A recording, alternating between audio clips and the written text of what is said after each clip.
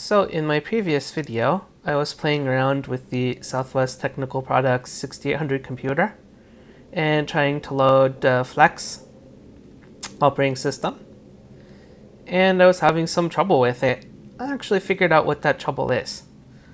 So I'm going to show you in some detail what's actually going on. So as you see, I have MAME running here. It's running the 6800 computer. And I have my Flex version 2 35 track floppy here. And just like before, I'm going to try to boot this. And it's not going to work. It's just going to sit here. I have to wait a couple more seconds. But yeah, it's not working. Reset, try to boot.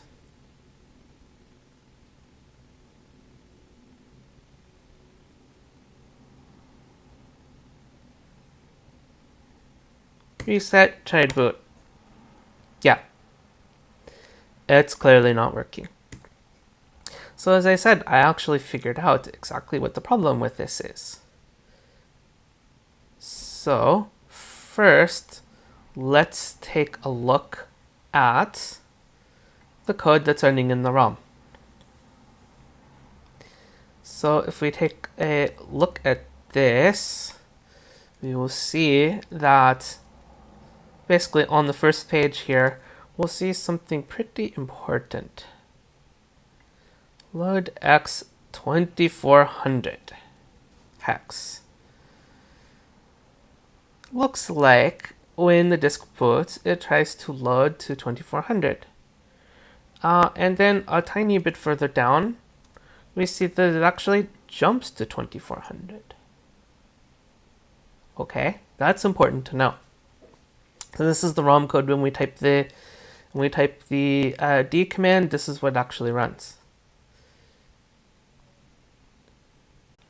So the next thing we want to look at is we want to see what actually gets loaded from the disk and what runs after the ROM transfers control.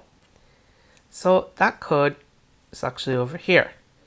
This is a version of the code that came from Mike Douglas, who's called DRAMP. He has a lot of videos on YouTube and he's active on various forums and whatnot.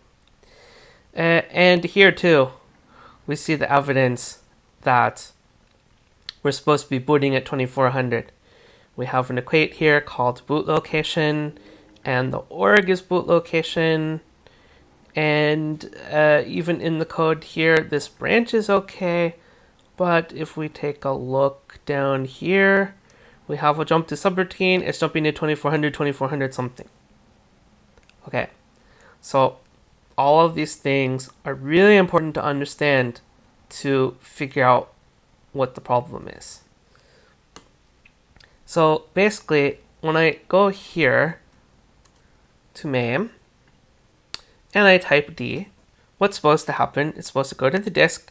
It's supposed to load a sector, maybe more than one sector. But anyway, it's supposed to load the boot code out of just 2400. And if I bring up the debugger window, we can actually see that this is not the case. Okay, so here's actually the memory window. I have the memory window at 2400. And we can see that there's nothing here. So what the heck is going on with this? All right, let's take a look at some settings inside of MAME. Go to machine configuration, and we see this thing here that says SWTBug boot patch to load at A100. Apply patch, yes. Oh, that's interesting. Let's go back to our memory window. Let's look at A100. Looky what we have here. It says 8E A0 7F20. Does this look close to what we have over here in our our ROM disassembly. So what do we have? We have 8EA07F20. Yeah, it looks like exactly this, doesn't it? Take a look again. Yeah, so clearly this has been loaded at A100.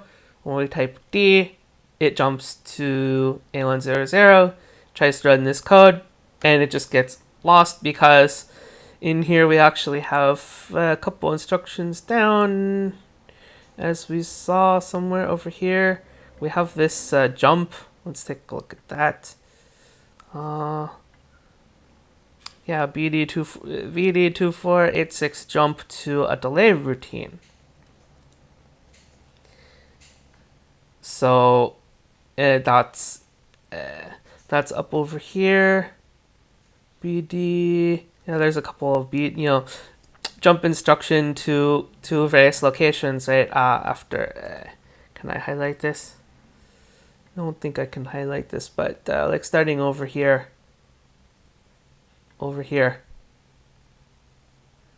Right, BD24. So this is a jump instruction here.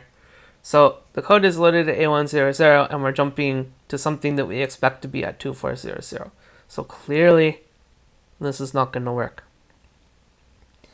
So what we can do is we can just try changing this setting and see if that improves the situation. Let's try setting this to no, do not apply the patch. Okay, and then we need to do a hard reset, which is Shift F3, and we just type. I have the debugger window over here, which you can't see. We just type go. Let's double check. We have our disks loaded still, right? Let's go back to the memory window. And let's move this to 2400. Okay. We will reset. Okay. I'm going to remove the memory window for a second. Let's just do a reset. And now if we type D, we should be able to see that stuff's been loaded at 2400. In fact, things are going on. We just actually saw Flex loading itself and booting. And looky here, we actually have Flex running.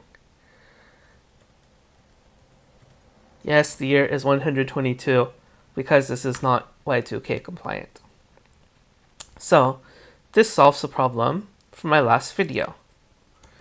And we have Flex completely up and running. Yay! Problem from last video solved.